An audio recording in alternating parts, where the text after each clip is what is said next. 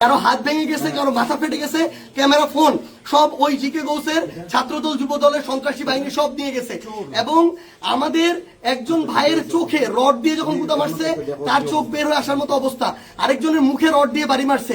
এই ভাইদেরকে এবং উনি আমার জেলা সেক্রেটারি এনসিপির, উনি একজন ভাইকে বাঁচাইতে গিয়ে রড দিয়ে উনার এই কনুই ভেঙে শেষ করে দেওয়া হয়েছে। আপনারা একটু কাছে নিয়ে আসেন, আপনারা যদি দেখেন যে এখানে ওনার হাতটার কি অবস্থা হয়েছে, এই জায়গায় মানে এটা ধরার মতো কোনো অবস্থা নেই। এখানে মাথায় এই যে রড দিয়ে প্রত্যেকটা জায়গায় বাড়ি মারছে।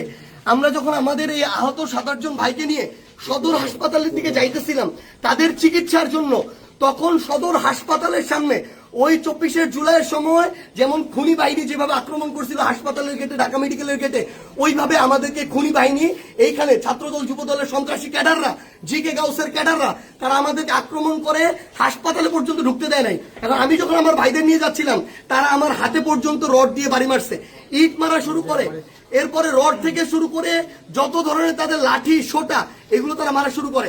এবং ওইখানে আমাদের ছাত্র শক্তি, যুব শক্তির, এনসিপির অনেক ভাইকে তারা ওইখানে মানে ওই সবার সামনে ওইখানে পিটায়।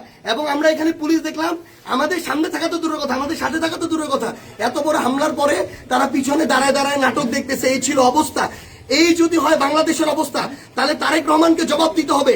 এটা কি তারেক রহমানের সন্ত্রাসী বাহিনী, যেই বাহিনী মানুষের উপরে এইভাবে শুধুমাত্র দ্বিমত করার কারণে, সমালোচনা করার কারণে এভাবে আক্রমণ করতেছে? সালাউদ্দিন আহমেদকে জবাব দিতে হবে। তারা কি এই জিকে গাউসদেরকে এই সন্ত্রাসী কার্যক্রমের টিকাদারি দিয়ে রাখছে কিনা, এর বিচার না হওয়া পর্যন্ত আমরা হবিগঞ্জে আছি। যদি পারে আমাদেরকে মেরে ফেলবে, এখান থেকে প্রয়োজনে আমাদের লাশ যাবে, কিন্তু এর বিচার, এর জবাব তারেক রহমানকে দিতে হবে।